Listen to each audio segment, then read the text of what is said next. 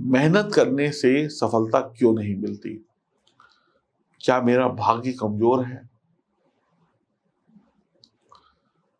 ऐसा प्रश्न बहुत सारे लोगों के मन में आता है और इस प्रश्न का उत्तर मैं गुरुदेव की वाणी से प्रेरित होकर आपको दे रहा हूं। जैसा कि आप जानते हैं कि मानव शरीर बहुत तपस्या से प्राप्त होता है। पिछले जन्मों का लेखा जोखा, अच्छा बुरा, सब कुछ हम इस जीवन में लेके आते हैं जैसे ही हमारा जन्म होता है। फिर हमारी ये कुंडली बनती है जन्म के समय में, जिसमें ग्रहों की स्थितियां तय होती हैं, कौन सा अच्छा है, कौन सा खराब है, कौन सा मजबूत है, कौन सा हमारे पक्ष में है, कौन सा विपक्ष में है। पिछले जन्मों की जो हमारी अपराध है, पिछले जन्मों की जो हमने बुरे कर्म किए हैं, वो हमें इस जन्म में आगे बढ़ने नहीं देते हैं। अब हर व्यक्ति के अलग अलग प्रकार के बुरे कर्म होते हैं, किसी के कम, किसी के ज्यादा। तो पहले इस धरती पर जब भी व्यक्ति जन्म लेता है तो उसको पिछले जन्मों के बुरे कर्मों को भोगना पड़ता है। अब पहला बुरा कर्म क्या होता है इंसान का, कि व्यक्ति जब गर्भ में आता है तो 9 महीने तक गंदगी में होता है, माँ के पेट में। बच्चा उल्टा टंगा होता है। बच्चा ईश्वर से प्रतिदिन प्रार्थना करता है गर्भ में माँ के, मुझे जल्दी से संसार में भेजो, मैं कोई गलती नहीं करूंगा, मैं पाप नहीं करूंगा, मैं पुण्य करूंगा, मैं हरि नाम भजूंगा। बच्चा ये ईश्वर से बार बार कहता है पेट में। आप भी कहते थे, हम भी कहते थे कि जल्दी मुझे इस माँ के गर्भ से बाहर निकालो, क्योंकि इस गर्भ के अंदर लैट्रिन है, बाथरूम है, गंदा खाना है। आप समझ सकते हैं आपके पेट के अंदर क्या ये है, वो है, जहां मैं फंसा हुआ हूं, जहां मैं लटका हुआ हूं। तो भगवान से वो बच्चा प्रार्थना करता है कि मुझे जल्दी निकालो, मैं कोई गलती नहीं करूंगा, मैं सद्मार्ग पे चलूंगा। लेकिन जैसे ही जन्म होता है वो सब कुछ भूलकर इस दुनिया का हो जाता है और वो सब कुछ करने लगता है जो उसे नहीं करना चाहिए। तो इंसान की उत्पत्ति भी कहाँ से होती है? गंदगी से होती है। माँ के पेट में या किसी भी इंसान के पेट में आप समझ सकते हैं मलमूत्र, अन्य चीजें कितनी सारी हैं। तो पिछले जन्मों के जो अपराध हैं उनकी सजा व्यक्ति को पैदा होते ही मिलने लगती है। 9 महीने तक बच्चा सजा पाता है। फिर भगवान से प्रार्थना करता है कि हे भगवान मुझे मुक्ति दो, और भगवान उसे मुक्त करते हैं 9 महीने के बाद। लेकिन फिर इंसान तो इंसान है, फिर बदल जाता है। तो आपके बुरे कर्म आपको आगे नहीं बढ़ने देंगे, इस बात को याद रख लें। जाने अनजाने में व्यक्ति पाप कर बैठता है जिसका समझ हमें नहीं होती कि हमने क्या अच्छा किया, क्या बुरा किया। बड़े बड़े पाप भी हो जाते हैं जाने अनजाने। जब हम सुख प्राप्ति के लिए आगे बढ़ते हैं तो वो पाप, वो अपराध हमें आगे नहीं बढ़ने देते और हमारे प्रयासों में कमी आती है, हम आगे नहीं बढ़ सकते, जिसको हम असफलता कहते हैं।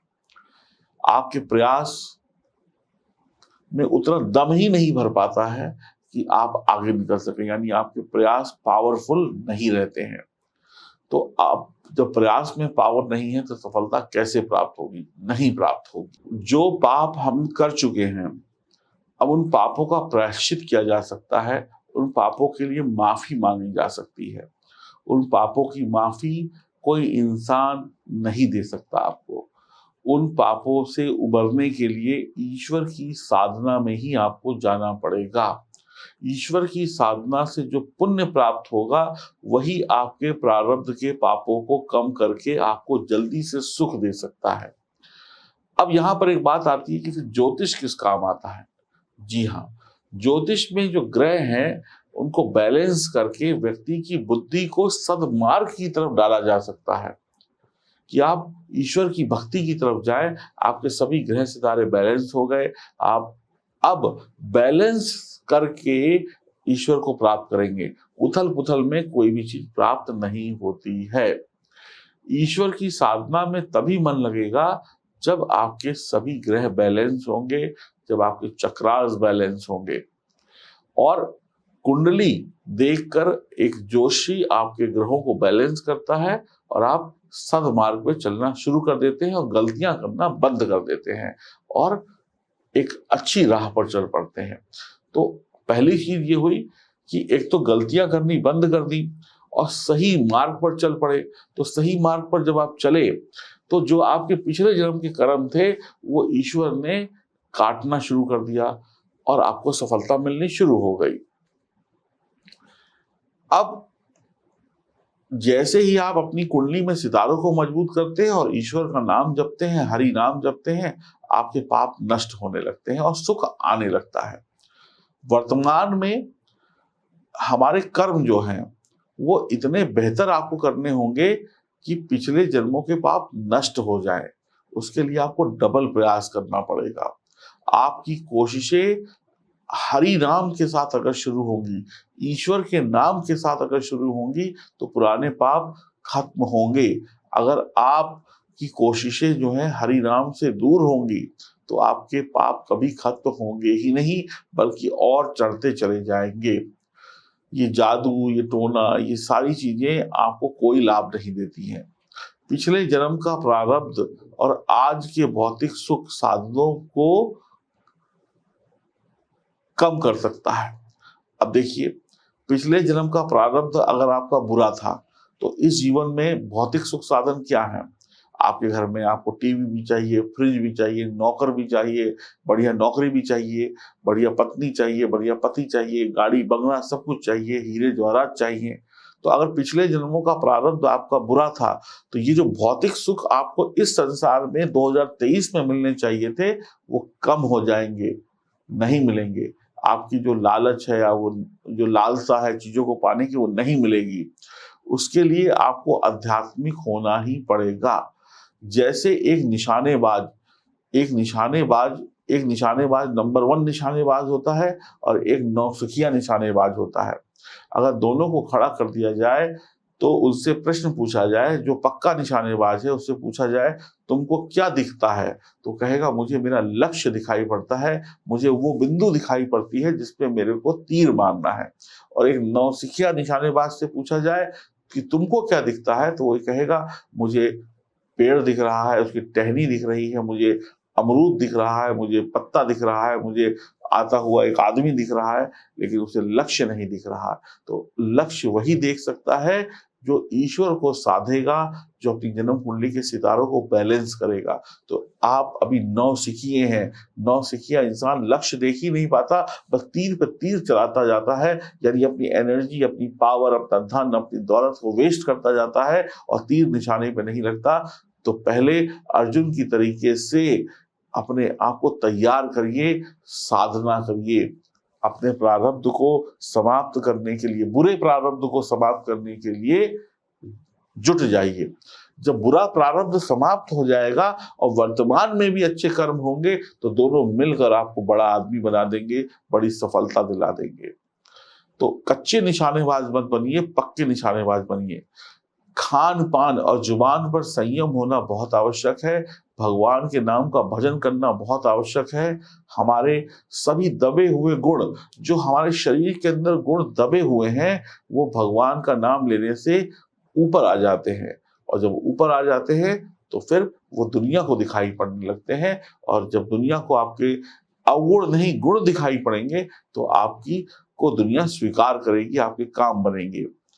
कल का गरीब आज का अमीर कैसे बनता है? क्योंकि पिछले जन्मों के शुभ फल और वर्तमान के शुभ फल जब मिल जाते हैं और ग्रहों की बैलेंसिंग हो जाती है कुंडली देखकर, तो वो व्यक्ति इस दुनिया में सुख पाना शुरू कर देता है, गरीबी से अमीरी की तरफ बढ़ जाता है। कभी कभी व्यक्ति कुछ वक्त के लिए अमीर बनता है और फिर गरीब हो जाता है। तो पिछले जन्मों के बढ़िया कर्म और वर्तमान के बढ़िया कर्म उस व्यक्ति को अमीर बनाते हैं। अब पिछले जन्मों के बढ़िया कर्म हैं और व्यक्ति अमीर बन जाने के बाद अय्याशी में डूब जाता है, हरि नाम को भूल जाता है, तो व्यक्ति के बुरे कर्म शुरू हो जाते हैं और बुरा और अच्छा मिलकर उस व्यक्ति को डुबो देते हैं। तो बुरे कर्म व्यक्ति पर भारी पड़ते हैं, उसके सुखों को कम कर देते हैं। तो आपको बैलेंस बनाकर रखना पड़ेगा। जैसे आप एक साइकिल चलाते हैं तो अगर साइकिल के आगे वाले पहिए में भी हवा बराबर है तो पीछे वाले में भी बराबर होनी चाहिए, अन्यथा साइकिल लड़खड़ा कर चलेगी और गिर जाएंगे, नहीं तो टायर ही फट जाएगा। सुख और दुख दोनों ही जीवन का एक हिस्सा है। सुख और दुख क्या है? सुख वो है जिससे आपको आनंद मिलता है, दुख वो है जिससे आपको दिक्कत होती है, परेशानी होती है। सुख और दुख को बैलेंस करने वाला एक ही व्यक्ति है, वो है ईश्वर, जो सुख और दुख को बैलेंस कर सकता है। और हरि नाम जपने से ही, ईश्वर का नाम जपने से ही आपको सद्मार्ग दिखाई पड़ेगा। अब इस दुनिया में हजारों ज्योतिषी हैं, इस दुनिया में हजारों बाबा हैं, इस दुनिया में हजारों संत हैं, इस दुनिया में हजारों डॉक्टर हैं, इंजीनियर हैं, वकील हैं, नेता हैं, लेकिन सब अच्छे नहीं हैं। जब आपकी जन्म कुंडली के सितारे मजबूत होंगे तो आपको सितारे उस व्यक्ति के पास लेके जाएंगे जो सही होगा, और जो सही होगा वही आपको सही ज्ञान और सही आगे बढ़ने का तरीका बताएगा। तो कुंडली भी मजबूत करना आवश्यक है, और कुंडली से ज्यादा आवश्यक है हरि नाम को जपना, क्योंकि हरि जो है वही आपको सद्मार्ग दिखाएंगे। धर्म मार्ग पर चलकर भी आप अपने जीवन में वाहवाही लूट सकते हैं, आपको सफलता मिलेगी। जीभ पर ईश्वर का नाम होगा तो हरि के नाम का बल मिलेगा, और भगत को कोई कष्ट नहीं होगा, क्योंकि हरि अपने कभी भी भक्त को कष्ट नहीं होने देते हैं। आपको ईश्वर हमेशा अच्छा रखेंगे। आप ईश्वर के नाम का जाप करें, आपके जीवन में कष्ट नहीं आएगा, और जो कष्ट है वो धीरे धीरे समाप्त होगा, और आप देखिएगा जीवन बहुत सुखी हो जाएगा। तो आपको समझ में आया कि आपके प्रयास क्यों सफल नहीं होते, क्यों आप असफल हो जाते हैं इस दुनिया में मेहनत करने के बाद भी, क्योंकि बहुत कुछ आपके हाथ में नहीं होता है, बहुत कुछ आपका प्रारब्ध तय करता है। तो उम्मीद है ये वीडियो आपको अच्छी लगी होगी। आप लोग चैनल को सब्सक्राइब करें, बेल आइकन के बटन को दबाएं। हरिओम, नमस्कार। ज्योतिष वो परम ज्ञान है जिसके माध्यम से आप अपने आज और कल को जान सकते हैं। ज्योतिष को लिखने वाले, बनाने वाले ईश्वर हैं, और ईश्वर कभी भी गलती नहीं करते हैं, ये आपको भी पता है। तो अगर आपके जीवन में कुछ गलत हो रहा है, आपके जीवन में कुछ भी सही नहीं है, आप किसी भी परेशानी से परेशान हैं, वो परेशानी छोटी सी हो सकती है, वो बड़ी सी हो सकती है, तो उस समस्या का हल आपकी इस जन्म कुंडली में लिखा है कि इस परेशानी से कैसे आपको मुक्ति मिलेगी। तो आप भी अगर अपनी किसी भी परेशानी से मुक्ति पाना चाहते हैं, चाहे आप महिला हैं, चाहे आप पुरुष हैं, तो ये जन्म कुंडली आपकी मदद कर सकती है 110%।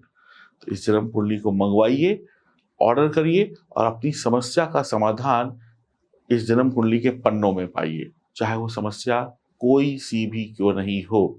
तो मैं एस्ट्रोलॉजर सचिन आपसे वादा करता हूं, आपकी समस्याओं का हल इस जन्म पत्री में छुपा हुआ है।